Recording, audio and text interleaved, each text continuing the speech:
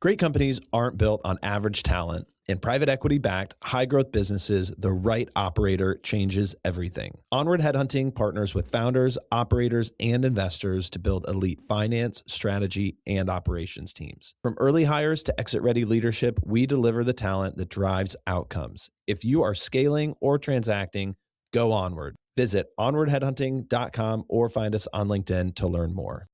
This is Scott Becker with the Becker Business and the Becker Private Equity Podcast. I'm joined today by a brilliant entrepreneur and advisor and leader. We're joined today by Dan Klapper. Dan's the founder of a firm called Fox and Chester. They've had tremendous rapid growth in serving clients both nationally and internationally. They offer a broad range of outsourced services, fractional executive services. They have an affiliated law firm. They're also building a multifamily office and services to family offices. A remarkable entrepreneurial story. Dan, I'm going to ask you a few questions to get you started. First, take one moment and just introduce yourself and tell us what you do. Just give us a quick start there. And then we're going to talk about starting this at 27, building a client base. Then we'll talk about what did you have to do to move this so fast? What did you have to give up? Did you have to, to move and grow so fast? Did you have to not sleep? What did you have to do to get this going so well? And then we'll move on to several other questions. But take a moment, just introduce yourself, and then we'll talk about how you started this at 27 and how you got going so fast. Thank you, Scott. My name is Dan Klapper. I'm the founder of Fox and Chester. And as Scott introduced, we are now an integrated professional service firm. We started as a consulting firm for startups and founders, and the idea being, how can we serve them with the same level of talent that senior teams and larger companies get, but in an area that they can afford, wherever they may be across the world. So it evolved very quickly to follow the needs in the market, bringing on more team members who had experience in these professional services, who were excited about helping founders, who in many cases were founders themselves. In fact, a lot of my team are entrepreneurs, and I really liked that because they had the passion and the drive to work with founders. Thank you. Take a second.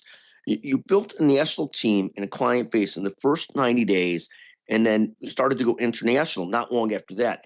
Just tell us how that happened a little bit. Give us a little bit of the sense of how did you start to pick up clients? How did you start to provide services? And what was the first international effort that you started to work with? Absolutely. Initially, it started, and I'm based in Pittsburgh, PA. So it initially started with friends of mine who had startups at Carnegie Mellon. And I thought that would be my entire client base, would be Pittsburgh-based people, and that would be the market I was serving. From one client leads to more connections, to friends who need more help, to accelerators I'm invited on. And the more that things just snowballed, the more connections I made, the more people found out what we were doing, found it interesting, found it helpful, found it valuable. It was actually the international connection was totally unexpected, but I'm sure everybody's wondering about that because again, I didn't expect it. I truly thought it would just be a national company at most. It was one of the accelerators I sit on, one of the mentors. We really connected on what they were doing and what I was doing, and they got really excited. And they gave me 5 clients right off the bat that they thought, I think this is something Dan can do. And I was really excited because it's no different than the needs locally, except with some international considerations, a lot of it legal, but some logistical. Otherwise, that was pretty straightforward. And that was something that just quickly entered us into the market. And I honestly thought it was just going to be a one-off, but those 5 led to more 5, and it ballooned. One country led to over 80 countries that we're now in just from that. So it's an inorganic and not a sexy answer, Scott, but that is the truthful answer. No, it's a great answer. And talk a little bit about, you start this at 27, you've expanded really quickly, it's going great. What do you have to give up to do that? How does that work? What do you have to do? Like, how much focus did this take to really get this going and then serve clients really well? Because part of it, of course, is bringing clients in, but that's no good if you're not actually taking great care of them, which you're doing. What did you have to give up at that age to try and start to move this forward how you wanted to? It's a very good question. And I would say there are three big things that I use to kind of move this quickly. It may sound goofy, and this one usually gets people laughing, but first off, I treat time like currency. So imagine every minute of the day is a dollar. You have 1,440 minutes in every day. To me, that's $1,440 to spend every day. A third of that's going to be sleeping. So really, you have like $960 or something like that. And I spend my minutes on things that matter, things that are going to progress my business, things that people I care about, whatever it is. I learned that the wealthy spend money to buy back time. Everyone else spends time to earn money. But for me, treating every minute like a dollar that I couldn't get back really changed my perspective. I mean, it changes what you say yes to. It changes how fast you move. Just changes everything. Now, the second is how to actually make those minutes count. Every morning, or sometimes the night before, for the next morning, I write down 3 to 5 things that have to happen that day to move the business forward. Not two, not 10, just 3 to 5, because that's what we have just enough that you can make some real change, not too little that you're doing nothing, not too much that you're overwhelmed. Now you're going to have other things that do need to get done in the day, but for me, these 3 to 5 things are 3 to 5 things that move the business forward. And the day doesn't end until those things are done. So maybe that gets done in an hour, maybe that gets done in 18 hours, whatever it is, they have to get done. And the last thing, or the third thing, I promise what I deliver on, and I deliver what I promise. No overcommitting, no hedging, no pretty words, just straightforward. Clients know exactly what they're getting from you every single day. They stop looking for alternatives. They send their friends. They trust. It builds trust. All these things build trust with clients, build trust with your team, and it also forces you to be diligent about how you're using your time, and that's consistency. Being able to say, I know exactly what this person, this product, what Fox and Chester brand is going to give me. That's invaluable. So those are the three big things. That's what I essentially maybe what I gave up, but that's the focus and that's the strategy. But I love that discipline and that thoughtfulness to how you're going about things and how you're looking at how you're allocating your time. Because you're absolutely right. That's all you have is time, and you got to use it smartly and intelligently. And I love that focus. Most people think of consulting firms as advice businesses, like they're getting advice. It sounds like you're doing something much more than that. Advisory, legal, software, import, export, fractional executive teams, and now a multifamily office. How do you talk about what you're building and what you built? So it's very good, and I laugh only because it's a thought and a conversation we've had internally with the team many times. Because initially the idea was consulting, but I think one of the lessons I've learned from all the books I've read, from any of the founders that I've learned from, one of the key things was you need to be rigid on your mission, but flexible on how you achieve that. So for the initial idea of the consulting firm, that the consulting firm wasn't the mission. Serving the founders in the way that they need us to be there, that's my mission. The how I do it is much more flexible. Although we started there, we've adapted, and so now I the new term and the new phrase, which may change, but I think it truly is a professional services firm, in the sense that we can offer the CPAs, the HR people, the IT, the lawyers, that sometimes when they need, not for medical treatment, but for advisory, or in some capacity, maybe medical or physician or nurse trainer sometimes, for med spa products, or device product companies. And being able to do that, I jokingly call it kind of I guess you would say a monetized network, essentially. I turned my network that I had, all these people that I knew and that continues to grow, into something that can serve a problem in the market. And so, no, it's not traditional consulting, because consulting will make a PowerPoint and hand it off.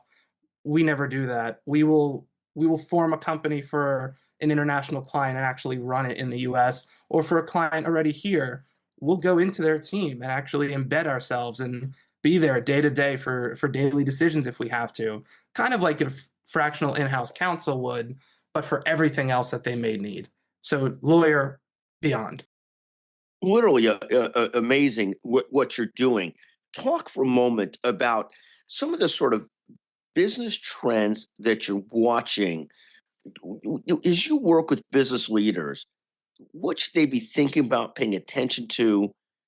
And then when we get to the next step, I'm going to ask you, what do most founders and operators get wrong when they try to build something with this much scope? I love your concept of rigid on mission, but trying to also be flexible in what customers need and what has to be done.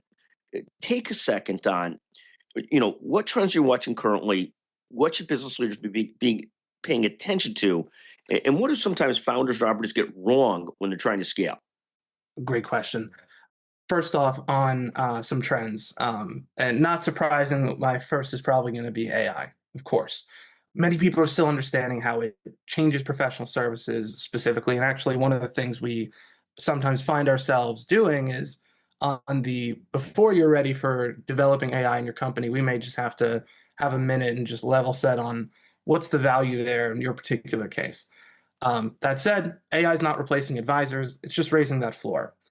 One of the statistics I saw, enterprise users report saving 40 to 60 minutes per day with AI integration. About 96% of organizations are investing in AI in some way, 57% calling those significant.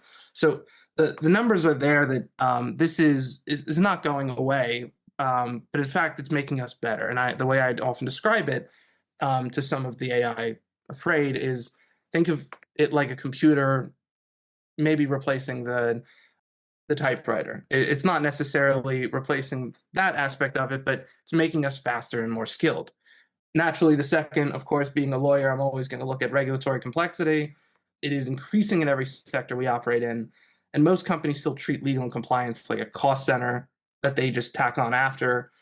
It's the ones growing fast really have it embedded from the start. And unfortunately, sometimes when people find us, it's usually after our problem occurs. I'm sure you understand as well. We try to catch it before and try to work with people before to help build that up for their companies. I would say, like healthcare PE, for example, hit a record $190 billion in deal value in 2025. 2,700 of those portfolio companies are still sitting with LP pressure to exit and have understaffed compliance functions. So that this is not an area that we can avoid or that we should avoid. So the importance is there with it. I guess the last one naturally is cross border. So more companies are entering international markets than ever before. I think it's been there since the dot-com boom. It's accelerated, I believe, since COVID, especially since virtual work has become more popular. I mean, even in my company, case in point, we don't always like for whether it's our Swiss clients or German or Japanese, we're not flying over there all the time, and we don't need to. We can hop on a Zoom call or a Teams call and take 30 minutes to talk about an issue, or I could text them on Signal or WhatsApp, and we can solve this problem very quickly. And more people are comfortable doing that, I think, than even pre-COVID and definitely before, logistically before .com.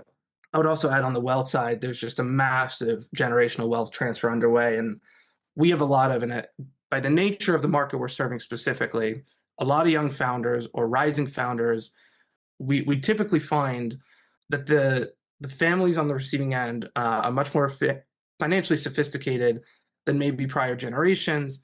There's a lot of younger people who have the energy and the interest, sometimes the financial need, but not, or the financial ability, but not always the understanding of how to do it. And that's really where we can embed and support. I believe the number on that was millennials are set to inherit $46 trillion in the US. I mean, that's more than any other generation in the last 25 years. So the value there is incredible. And the need to serve that market is, I believe, underutilized. And that's where we really plug in. Literally fantastic. And take a moment, Dan, when you think about what leaders get wrong, what do they get wrong? What do you see that people get wrong when they're trying to build something with this much scope? And what do you think you got right that made this go so well? Absolutely. I would say most founders assume scope and focus are opposites. They build across, or they think building across multiple service lines means you're not disciplined or you're overstretched. And I know sometimes that may be there are some larger corporations that may feel that or may have grown organically. I would say that in this day and age, in the environment that we're in the business world, you can grow a company much faster and much more easily than you ever could before. if you're strategic about how to do it. So for me, I will obsess about solving a problem in my company or the path to get there until I figure it out, and I'll work with my team to do it. And obviously, as a founder, sometimes you're alone in that. But when service lines are genuinely integrated and serve the same client through the same relationship, that's focus. And for us, the client is always at the center. And what we recommend to our clients about their customers is that customer, whoever you're trying to serve, has to be at the center. You are it has to be a solution for a problem, not a problem finding or a solution finding a problem. So what I got wrong early on, I think what I find somewhat common is I took on clients that I probably shouldn't have. Great people I really liked, and I love being around smart and passionate people. But in this particular case, or in these particular cases, it was just the wrong fit for our company. So they came in with a fundamentally different picture of what the engagement was going to be, or what it could be. And when you're young and you're an early company, you're trying to serve your clients in ways that maybe your company can or cannot, or so you learn fast that misalignment at the start of a client relationship compounds if it's not fixed, and it just doesn't go away on its own. Every deliverable becomes a negotiation. Every invoice becomes a discussion. You end up spending more energy managing that friction and misalignment than the actual work. On the other hand, what I got right, I think, almost by accident, was building the internal infrastructure before I needed it. The onboarding processes, the playbook for the sales team, the documented standards. I obsessed about every part of that aspect of it and infrastructure, and I continually speak about it internally because you know where you are today. It's important, but you got to think about where you want to be and how to get there. And speed is the game. If I do nothing else right, I mean, going back to my 1440 minutes and dollars a day, if I do nothing else right but do it fast, what I may spend or my company may spend 100 hours a week doing compared to another company, let's say working 40, same problem, same issue. We spend a whole year working on it. We're going to get done in 4 months what it takes them to do in a year. In the next 4 months, I'm going to double it. In the last 4 months, I'm going to triple it. I learned speed was invaluable very early on. And as far as the processes and the SOPs, you build them when the team's small enough that it's unnecessary, because by the time you need them, it's already too late. No, I love that, and I think that's right on, because as you get bigger and bigger quickly, now all of a sudden you don't have the processes in place, the systems in place, and you end up and the standards and so forth. And you end up, oh my God, what am I doing now? And if you build them when you're smaller and you don't really need them because it's so easy to take care of a single client, not so easy, but it's easy to understand. But if you don't do it then you're in trouble when you actually get bigger and bigger clients and are dealing with bigger and bigger clients that have different needs, different demands, and so forth. You know, have a process for working with them. A couple more questions, Dan. Sure. What advice would you give to a young founder, and what do you want people taking away from this conversation? People that are listening, what would you want them to take away?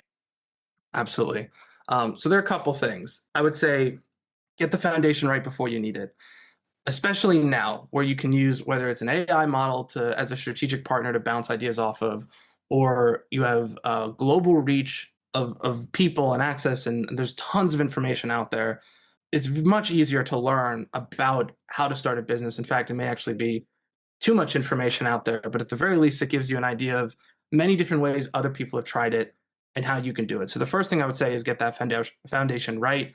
The problems are fixable when they are small. And as you mentioned, it becomes a lot more expensive and credibility damaging when they surface mid transaction. Second, I would say is people. When you're ready for it, hire for where you're going, not for where you are. Of course, you have to be able to afford it. We understand. Most understaffed that functions that they think they can hold together themselves, like legal, finance, operations, and then it becomes too late.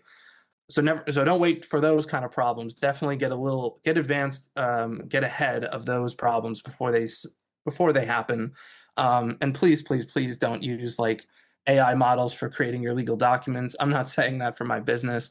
I'm saying that because I've seen so many where a person didn't want to, or a company didn't want to spend a few thousand on a good or a finance, like a good financial plan or good tax documents or a good legal document, and it costs them tens of thousands or hundreds of thousands or more later on.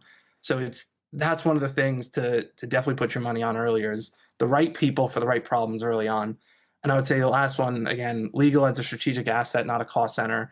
Those who move the fastest understand that legal infrastructure is what gets you close faster. You can raise cleaner, you can scale without structuring the debt, and stops the growth companies cold. And I do have some points for overall for founders. I would say speed is going to be your friend early on, especially in this world where anyone can essentially start a company. I mean, it only takes a few $100s or a few thousand through a lawyer to do it right. That part's not the hard part. To get out there on social media, to get out there on whether even print media, if you choose that, it's so much easier to do it. So speed is going to be your friend if you do nothing else. I mean, learn from putting more effort into it. I think a lot of founders can go further with a lot less than they think financially. I know it may not be pleasant or easy early on, but bootstrapping is a great way to build your company quickly. So I would say those are probably my key pieces of advice for young founders. And of course, reach out to someone who's done it before. I could not have done this without my mentors and the people in my corner who you're going to have nights or days where you need to just call someone up and you need to feel stupid about something and just ask something that makes you feel dumb about it. But having those people in your corner are essential for helping you move your company forward and for building a lasting company. Dan, thank you so much. A remarkable success story. Incredible what you are doing and have accomplished so far. Congratulations. And Dan Klapper, founder of Fox and Chester, thank you so much for joining us on the Becker Business and the Becker Private Equity Podcast. What a pleasure to visit with you. Thanks so much for having me, Scott.